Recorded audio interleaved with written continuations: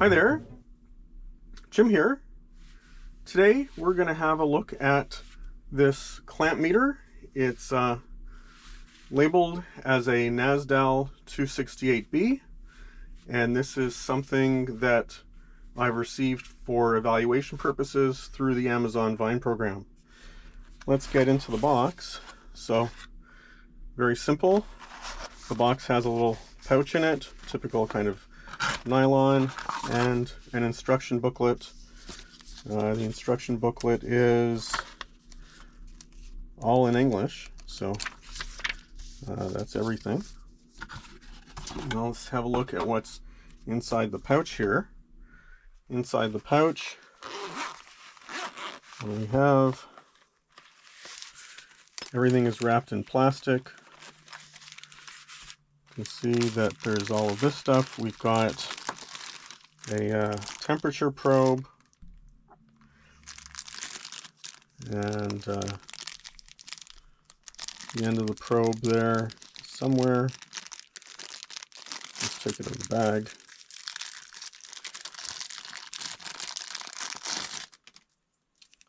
Okay, so the end of the probe. Oh, there we go. Well, that's the end of the probe. I was a little thrown off by the blue shrink wrap that they put on.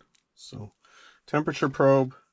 This is going to be a charge cable, USB-A to USB-C, and a set of probes. These probes probably have a very pointy tip to them. Not that sharp, but you can see these probes don't have the sort of insulating sleeve that a lot of other probes that you'd be using around high voltage do. So typically in a high voltage situation, you'd want most of the rest of this probe tip to be insulated and just the very tip exposed. So they are labeled for high voltage use, though. Here you can see that they say that they're Cat 3 up to 1,000 volts. So it's a little bit surprising that they don't have protective shrouds. I guess one of the things that you could do is you could take this shroud and you could cut it about here if you really wanted to, and that way only the very tip would be exposed like that. Okay, let's get on to the meter itself. Okay, so once again, all wrapped in plastic. That's everything that's in the case. It's kind of a nice case, and it's nice to have something that keeps it all together. And you can see in my hand, it's kind of a very compact size of meter. Okay, and it's interesting. It says something here about the battery. So we're going to have to look inside there to see what's going on, because I thought it had a rechargeable battery. Maybe the battery inside here is rechargeable. So let's have a look at that. All right. It's a little tricky to get that cover off. Not that tricky. And inside, there's a removable rechargeable battery. That's an unusual kind of thing. So this is labeled as a 750 milliamp hour battery, and it doesn't seem to be all that old. I guess that's the manufacturing date there, 2024 0120, so January 2024, and that just plugs into the circuit board logic there. So that's unusual to kind of have the rechargeable battery accessible and replaceable, but I'm not going to complain about that. Let's put it back together here. And oops, the first thing that we really probably need to do is charge it up to make sure that it's fully powered before we go through the other tests. So I'm going to plug this in using the USB-A to USB-C cable. This thing has very tight tolerances, All of these things are very tricky to open, or else my fingernails aren't very sharp. There we go. Oh, just trying to open the wrong end, that's why. So you can see there, that's the USB-C plug.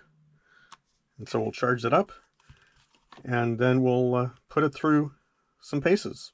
Just wanted to note that there's a little window on the back of the unit. While it's charging, we can see a red LED glowing through that little window. So that tells us that it's charging, and I expect that when it's fully charged, that'll change to another color. I hope that color is green. We'll see in a few minutes. All right, now you can see that we've got a green light at the back here.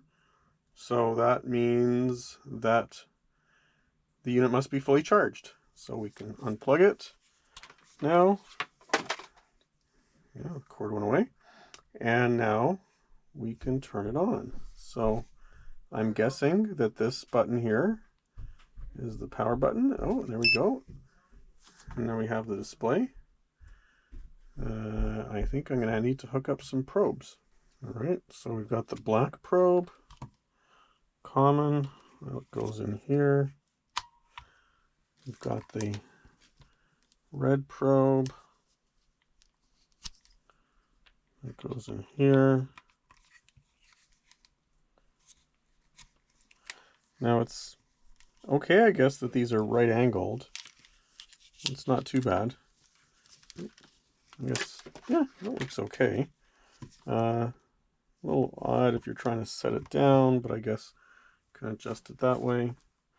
So first, let's try and look at the most basic thing, which is continuity. So let's see how we get into continuity mode here. Okay, oh, there we go. DC volts, AC volts, ohms, and there's diode check and continuity. Okay, nanofarads, hertz, temperature, Celsius and Fahrenheit, I guess. And then this neutral setting, I guess maybe that's for amps. We'll have to check. Okay, so let's go through to continuity again. Okay.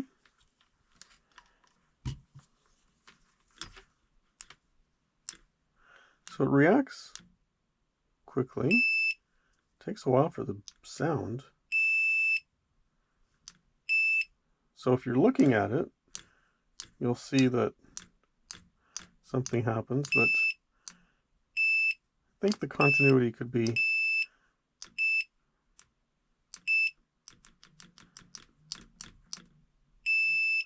so continuity, I would prefer continuity to be a little more responsive.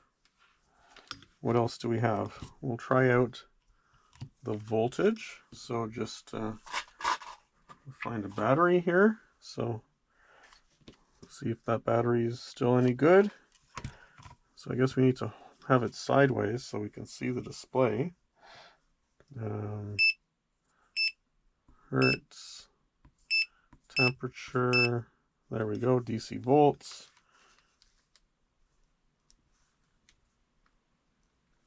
Okay, let's do it this way. 1.453, 1453. So that's reasonably quick. And if I use a more accurate, although you can't see it in the frame, these are connected to a fluke. The fluke says 1452, so I think the accuracy is pretty good. I'm comfortable with the accuracy on DC voltage. Let's try AC voltage. So I'm just going to stick this into some AC power that I have. Give me a second. I will hook up some AC power. Okay, so let's try AC voltage here. And I'll just put that at a little bit of an angle so you can see it on the screen. screen. This is a tamper resistant unit.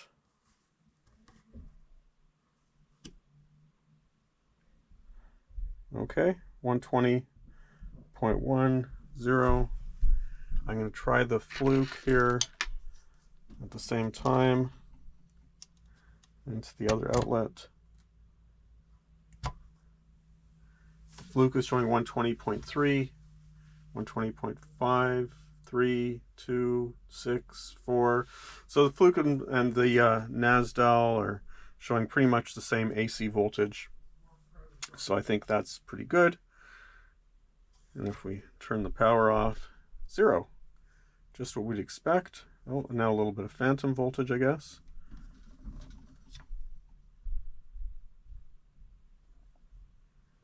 Okay, and you can see that the AC voltage is fluctuating all over the map today. Let's look at the resistance. I've got the resistor that I use in a lot of these test videos from this tiny little circuit. I think this resistor is about 46.2 or 46.3 k ohms. Put the probes on, 46.2 k ohms. So you need to keep the probes in contact. 46.1 varies a little bit. 46.1, 46.18, and for comparison, take these out.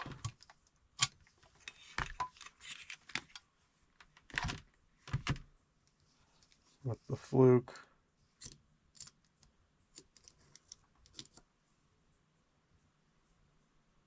.3. I think that in general, with a lot of the other meters I've tested, I've been generally getting closer to 46.3 with what the fluke is reading. So the resistance is a teeny bit off here on the Nasedal. Do that again. 46.19. Okay, so a little off on the resistance, not a big deal. Then, so we need a capacitor now. Okay, here's a capacitor. I'm not sure if this will be visible on screen. This is 220 microfarads. So let's test that. Now we need to make sure to have the polarity correct. So we've got negative here, positive here, 220.0, 10, 221, 222. So it drifts a little bit, but generally 220 microfarads. Similar test with the fluke.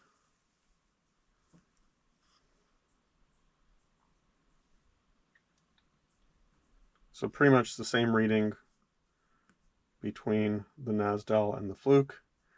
The fluke doesn't seem to go into any decimal places, whereas if you look at the Nasedal, it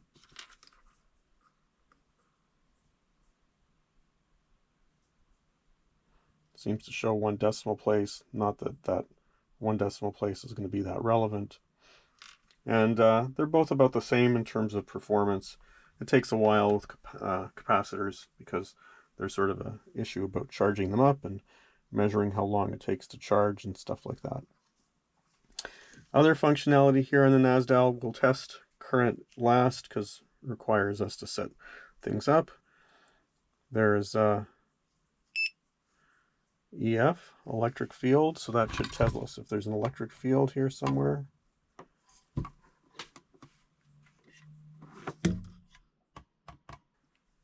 Electric field should tell us. There we go. So if we put on the electric field setting and we bring it close to a live wire, it'll give us some reading and the number of, oh, see the dashes tells us how strong the field is. Okay, if you can see that. So it seems to be somewhat sensitive for the electric field. When it comes to checking the field of an electrical outlet, maybe this is shielded, it's not really able to pick up the field there, so it needs to, it'll pick up the field in a live wire, but it won't pick up the field just at a socket. So that's a little interesting. For comparison,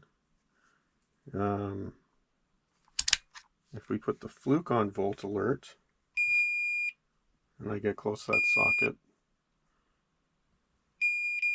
you can see it's detecting the field there. And if we turn the power off, you can see it showing it's not there. Now it's saying there still is current flowing into the unit overall, but see, the outlet's not live.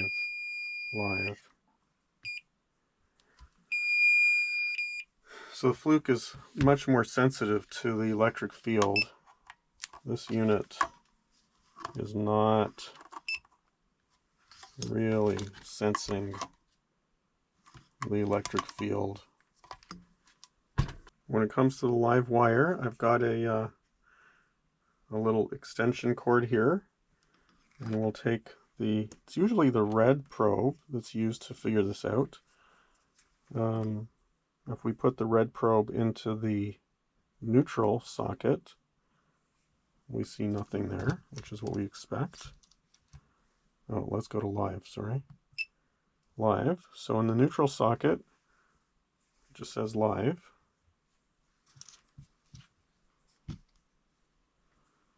Whereas if we put it in the hot socket, okay, it tells us right away. Now if we do it with the black probe,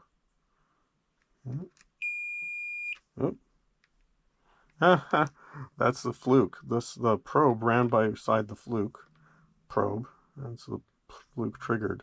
But let's see.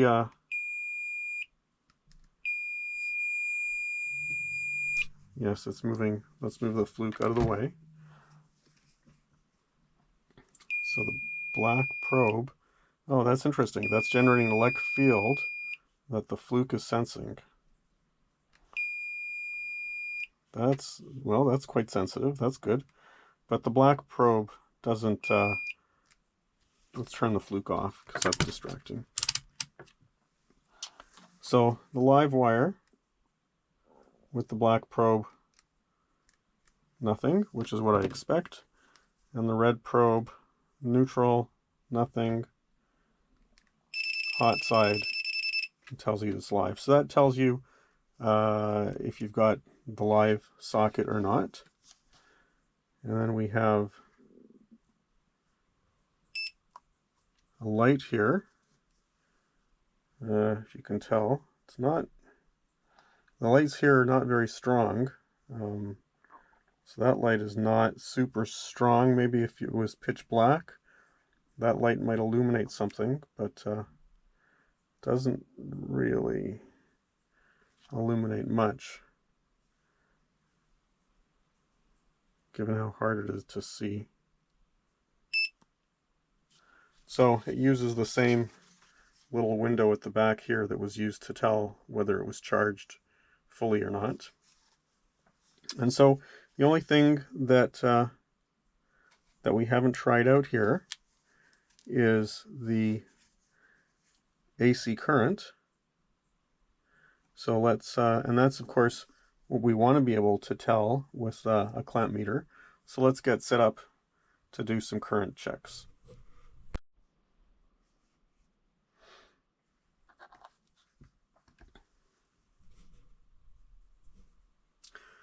So to test current, we've got to put a couple of things together here.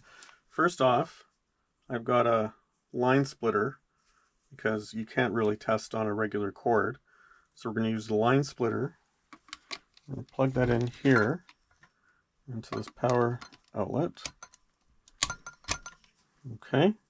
Now you'll notice on the line splitter there's a by 1 and then there's a by 10 or a multiplier by a factor of 10 on the current.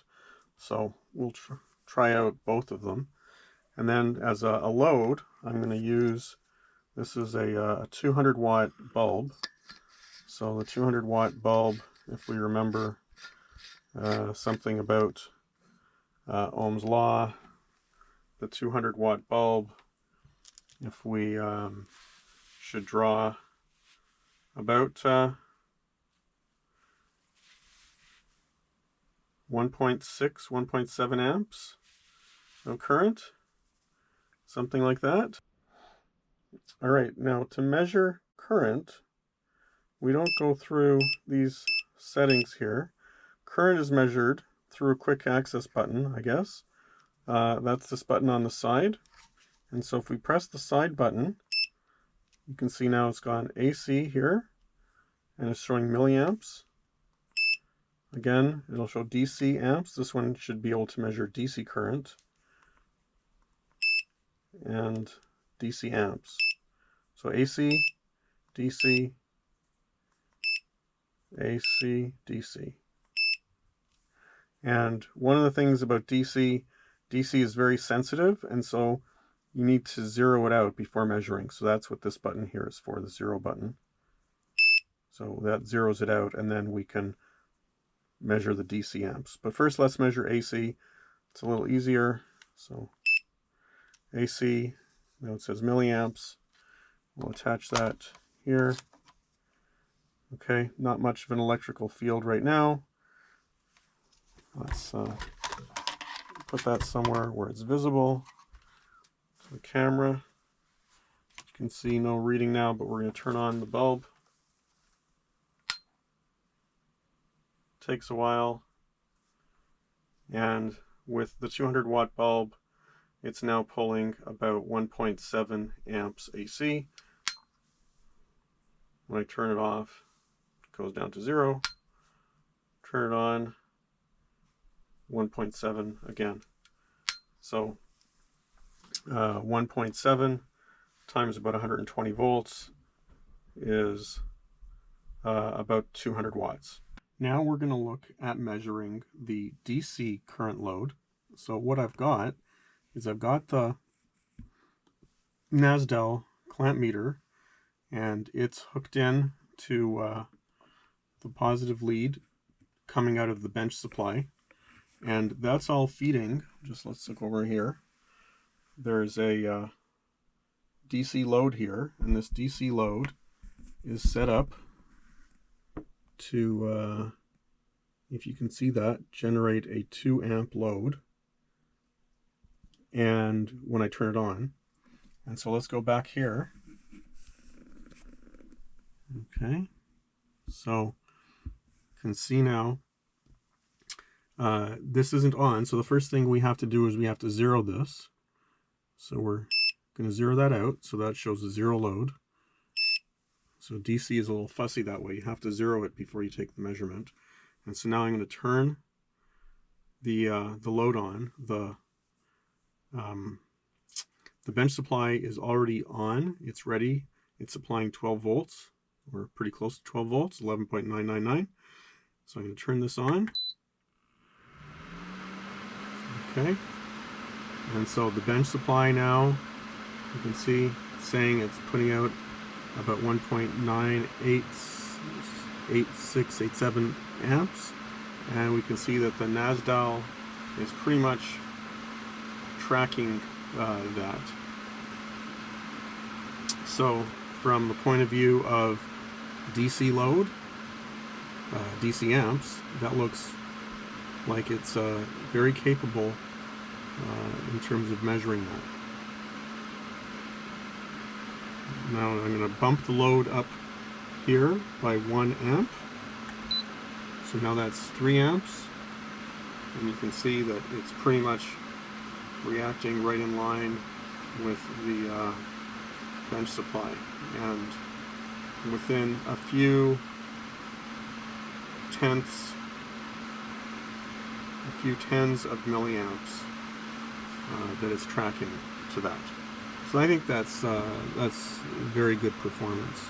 One other thing that I didn't quite show properly before, the Nasedal, it has some ability to adjust the display brightness. So if we hold this button down till we get a beep, then we can press it to cycle through brightness levels. So that's nice. And I think that might have, I hope that locked in the thing. So overall, this is a very nice little clamp meter. I mean, it fits nicely in the hand. And when we saw the current readout, we could see that it had a few decimal places of information, both on the AC side and the DC side, in terms of the current readout that it shows, which is nice because I have encountered some clamp meters that don't really have much in terms of fine grain display of the current. So that's nice. It's, like I said, it's very compact. It feels very nice in the hand. It's got a very nice display because this is a bright backlit display, and it's not a simple LCD display. Overall, it's a very nice unit, and the only complaint that I had in the unit is the electrical field detection isn't very effective from what I found. You really need to be right on top of that electrical field. We saw the Fluke was a lot more sensitive to the electrical field, but all of the other functions work fairly well. The continuity could be a little bit faster. It works, but you know, continuity testing is really not the primary usage of a clamp meter like this. But like I said, the continuity testing could be a little bit faster. Other than that, it's really a nice little unit. And I also like that it's got a rechargeable battery.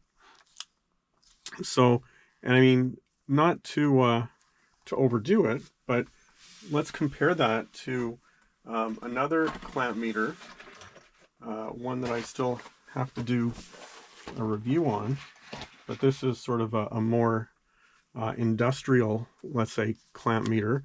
This is by Habotest. I'm a fan of the Habotest products, but if we look at that, now this clamp meter is huge compared to the Nasedal. If we kind of line these up bottom to bottom, we can see that the Habotest is roughly, you know, 30% larger, and this is a big unit to hold in your hand.